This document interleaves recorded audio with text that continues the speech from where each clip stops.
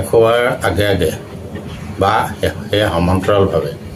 আমি পদূলিমুখত এটা জাক দিওঁ। বিভিন্ন ধৰণৰ খেৰ কুটা পাত গছপাত শুকান সকলোবিলাক গোটাই মেলি জেং জাবৰ গোটাই আমি এটা জাক দিওঁ আৰু তাত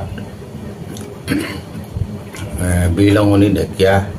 কচু গছ আদি বিভিন্ন ধৰণৰ কেঁচা পাত পটুৱাবিলাকো আমি দিওঁ, যিটো ধোঁৱাময় হ'বলৈ একেৰাহে শুকান বস্তুখিনি ধমধমকৈ জ্বলি যায়, গতিকে ধোঁৱাময় হ'বলৈ আমি দিওঁ।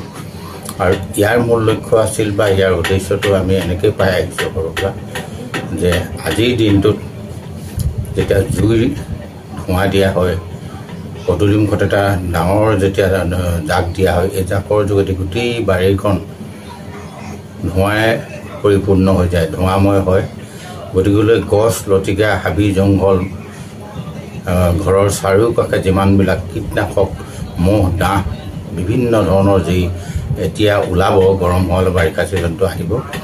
ওলোৱা আগে আগে এই বস্তুবিলাক নাশ হোৱাৰ এটা যি লোকবিশ্বাস আছে আমাৰ, সেইকাৰণে আমি এই সন্ধিয়া সময়ত আজি গৰু বিহুৰ দিনাখন এটা জাক দিওঁ আৰু ধোঁৱা দি এই যিখিনি কীটনাশক মহ দাহ বিভিন্ন ধৰণৰ এইখিনি যাতে গছপাতবিলাকত নতুনকৈ ওলোৱা কুঁহিপাতবিলাকত যি উৎপাদন হয়, সিহঁতৰ কণী পাৰে বা পোৱালি জগোৱা যিটো সময় আহিব তাক ধ্বংস হ'বৰ কাৰণে জাক দিয়া হয় বুলি এটা লোকবিশ্বাস। তেনেধৰণে আমি আৰু জাকটো দিলোঁ।